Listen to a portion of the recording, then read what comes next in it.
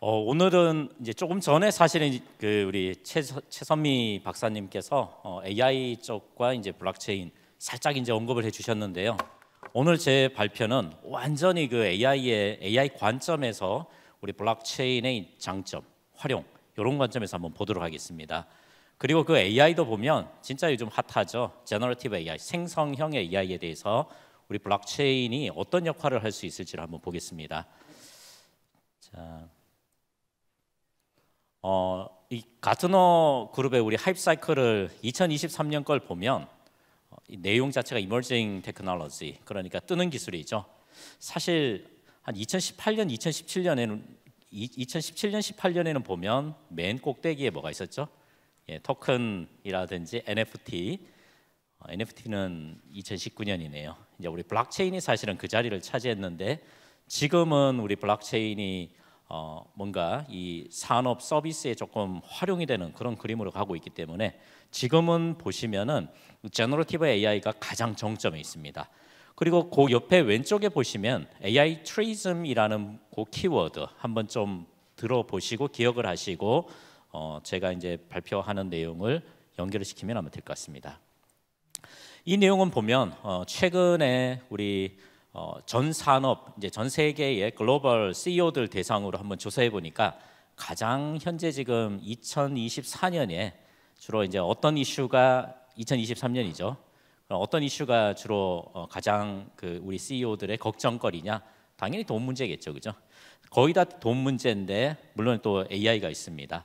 그리고 우리 블록체인은 맨 아래쪽에 있는 것처럼 조금 이제 관심도는 떨어졌습니다. 그렇다고 해서 오늘 제 주제처럼 AI 많이 있느냐 그게 아니라 오늘 주제처럼 이 블록체인이 생성형 AI가 가지고 있는 문제점을 거의 다 해결을 하는 그런 그림으로 제가 한번 말씀을 드리는 걸 하겠습니다.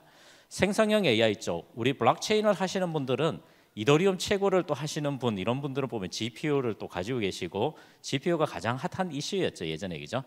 근데 이 생성형 AI도 보면 GPU 요즘은 뭐 A100이라든지 아니면 이제 곧 최근에 지금 나오고 있는 H100 같은 이런 것들 굉장히 이제 GPU가 많이 필요한 부분입니다. 이 모델도 굉장히 다양하죠. 우리 이제 블록체인의 코인과 같은 이런 광풍이 불 때 사실은 어텐션이라는 생성형 AI의 가장 핵심적인 기술이 사실은 나왔습니다.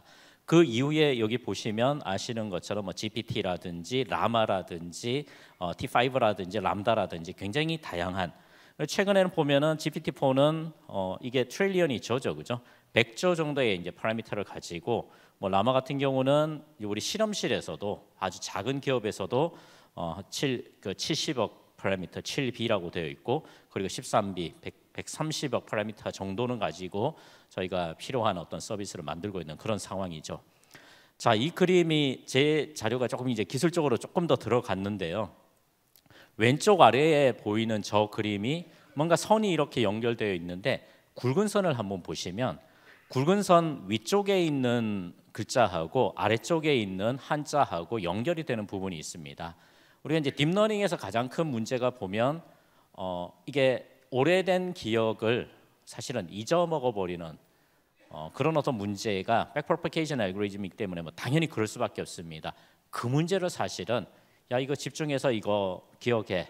너는 이 키워드는, 이 토큰은 이쪽에 집중을 해라. 어텐션이죠, 그죠? 어텐션 기법이 이제 구글에서 2017년에 나오고 그 어텐션이라는 기법을 써서 어떤 아키텍처를 만들었습니다. 그게 이제 트랜스포머라는 기법이고, 지금 나와 있는 GPT 계열 뭐 라지 랭귀지 모델이 뭐 인코더 디코더가 다 있거나 아니면은 디코더만 있는 저런 어텐션을 활용한 트랜스포머 아키텍처를 기반으로 해서 뭐 수십억에서 수백조 이상의 파라미터를 가지는 딥러닝이다. 이렇게 그냥 심플하게 이해를 하셔도 될 것 같습니다.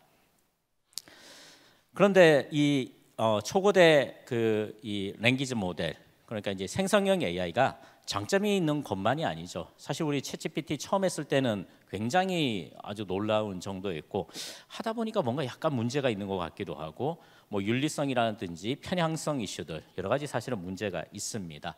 그리고 아직까지는 사실은 그렇게 드러나지는 않지만 나중에 저작권 이슈가 분명히 아주 크게 불거질 것 같습니다. 저작권, 그러니까 너희들이 학습을 시킬 때 우리 데이터를 임의로 너희가 쓴 거 아니냐, 그거를 너희들이 안 썼다라는 것을 증명을 하라, 이런 식의 어떤 분명히 아마 소송이 분명히 일어날 것 같다라는 그런 생각이 들고요. 그런 문제를 이제 우리가 블록체인을 가지고 어떻게 해결을 할 수 있다라고 이렇게 보시면 될 것 같습니다. 또 다른 문제가 보면 대부분의 대기업이나 공공기관에서는 챗GPT를 못 쓰죠. 이유가 뭐죠? 딱 하나입니다. 쿼리 자체, 프롬프트 자체, 이 입력하는 내용 자체가 그 회사의 기밀 정보, 관심사가 노출되는 거죠. 그래서 챗GPT나 뭐 바드나 이런 것들은 다 우리가 퍼블릭 LLM이라고 합니다. 마치 퍼블릭 클라우드처럼. 그거에 반대되는 개념이 프라이빗한 라지 랭귀지 모델 LLM 혹은 온프레미스 형태의 LLM이라고 하는데요. 결국은 이거는 이 생성형 AI는 기업 프라이버시, 개인 프라이버시 침해 관점에서 보면 굉장히 이슈가 된다. 그럼 이거를 어떻게 해결할 거냐? 암호화로 할 거냐? 사실은 암호화로 할 수가 없죠. 결국은 또 다른 기술을 찾아야 되는데 옆에 보면 블록체인이라는 게 이제 있다라는 거죠. 그래서 이런 전체적인 이슈를 아까 가트너 그룹에 나와 있는 하이프 사이클의 왼쪽 상단을 딱 보시면 AI 트리즘이라는 키워드로 있었을 겁니다. 트리즘의 TRISM이 TR, Trust, 신뢰성이죠. AI가 지금 내뱉는 추론 결과에 대해서 신뢰성이 있어야 된다. RIS가 뭐죠? 리스크입니다. 위험성이 없어야 된다. 그리고 S는 security입니다. in AI 모델이라고 하죠. 그래서 이 AI 트리즘을 해결하는 게 이제 4개의 기둥이라고 해서요. 첫 번째를 보면 결과에 대해서 그리고 모델에 대해서 설명 가능하고 납득 가능해야 된다. 사실 이게 보면 인공지능에서 XAI라고 해서 Explainable AI라고 이미 굉장히 이슈가 되어 있는 부분인데 아직까지는 사실 잘 안 되고 있습니다. 여기에 이제 우리 블록체인이 이제 도움을 줄 수 있는 부분이고요. 두 번째가 프라이버시를 해결을 해야 된다.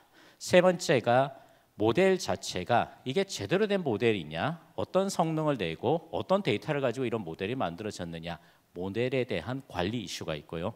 네 번째가 보면 보안성, 신뢰성 이슈가 있어야 된다라는 부분입니다. 그래서 이 장표는 제가 추가를 했는데요. 그래서 결국은 이런 AI 트리즘 문제를 해결을 할 수 있는 유일한 방법은 블록체인을 적용했을 때 어떠냐라는 걸 한번 보시면 첫 번째, 데이터에 대한 출처. 우리 블록체인이 제일 잘하는 게 그거죠, 그죠?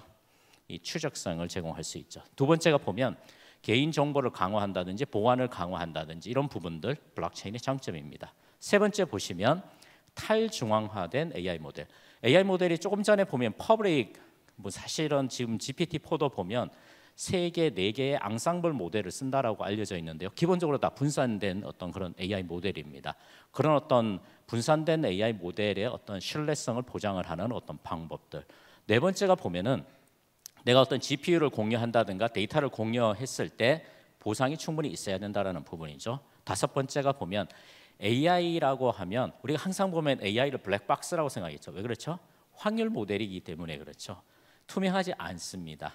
어떤 모델을 사용하고 이게 어떤 데이터에 의해서 이렇게 나왔는지 결과 보니까 그럴듯하고 좋으니까 우리가 좋아하는데 투명성, 신뢰성 관점에서 보면은 그냥 확률적인 거죠.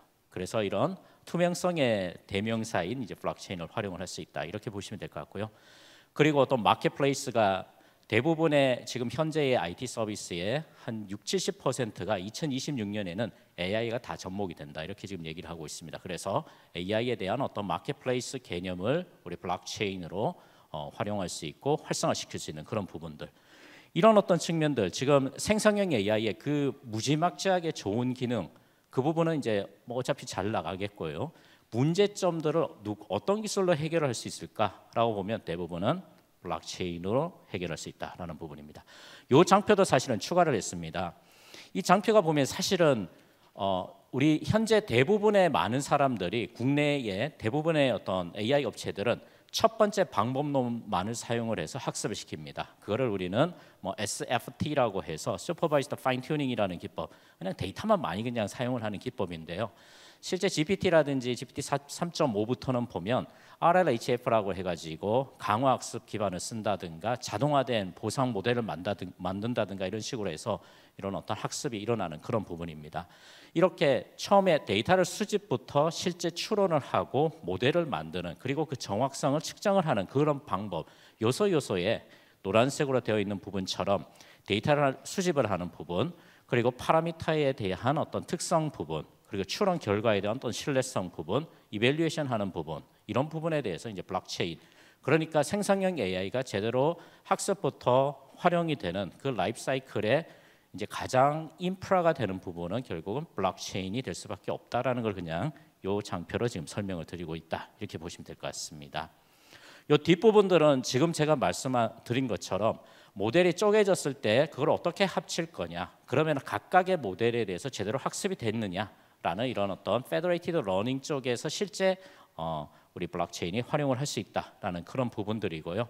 이런 것들은 그냥 책을 좀 보시고 혹시 이해가 안 되시면 저한테 메일을 주시면 자세하게 좀 설명을 드리는 걸로 이렇게 하겠습니다. 그리고 이 부분은 보면은 AI 자체 모델에 대한 어떤 공격 가능성도 좀 있습니다. 그래서 이게 엉터리 모델이 아니냐, 여기서 나온 것들에 대한 어떤 신뢰성 믿을 수 없다, 그렇게 해서 AI 모델 자체에 대해서 아까 AI에 대한 어떤 마켓플레이스 개념이 나왔을 때 그 모델 자체 하나하나가 보면 정상적인 데이터를 가지고 정상적인 추론 결과를 낼 수 있는 그런 생성형 AI 모델이냐, 이 마켓플레이스에 대한 무결성, 모델에 대한 어떤 무결성을 제공을 한다, 이렇게 또 봐도 될 것 같습니다. 이런 어떤 기술적으로 굉장히 사실은 우리 블록체인을 기반으로 해서 이 생성형 AI라는 거대한 광풍에 가장 언더라인이 되는 그런 어떤 인프라를, 그리고 가장 큰 문제점들을 투명하지 않다, 신뢰할 수 없다, 내 데이터 가지고 멋대로 쓴 거 아니냐, 추론 결과가 왜 할 때마다 바뀌지, 이런 어떤 부분들에 대해서 우리 블록체인이 제대로 된 어떤 가장 근본이 되는 그런 어떤 근거, 기반이 될 수 있다. 뭐 이런 거를 이제 오늘 발표에서 좀 말씀을 드리고 싶고요. 사실 이제 아마 한 2, 3년 정도 되면 여기에 있는 분들도 GPU 장비를 조금 아니면 클라우드에 있는 장비를 사용을 해서 조그마한 LLM 모델 가지고 아마 서비스를 직접 만들 수 있는 그런 수준까지 될 거라고 저희는 확신을 하고 있고요.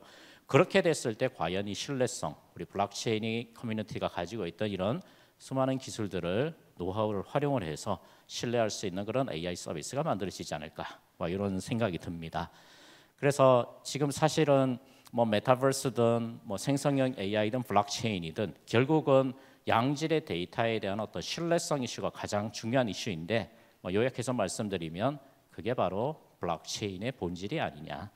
그래서 우리 생성형 AI의 근 광풍에서도 우리 블록체인만 잘만 적용이 되면 우리 블록체인 커뮤니티가 더더욱 더 활성화되지 않을까. 그리고 뭐 비즈니스도 잘 되지 않을까. 학술적으로도 뭐 이슈가 뭐 할 게 많지 않을까. 이렇게 지금 생각을 하고 있습니다. 그래서 오늘 제 발표는 여기까지 하도록 하겠습니다. 감사합니다.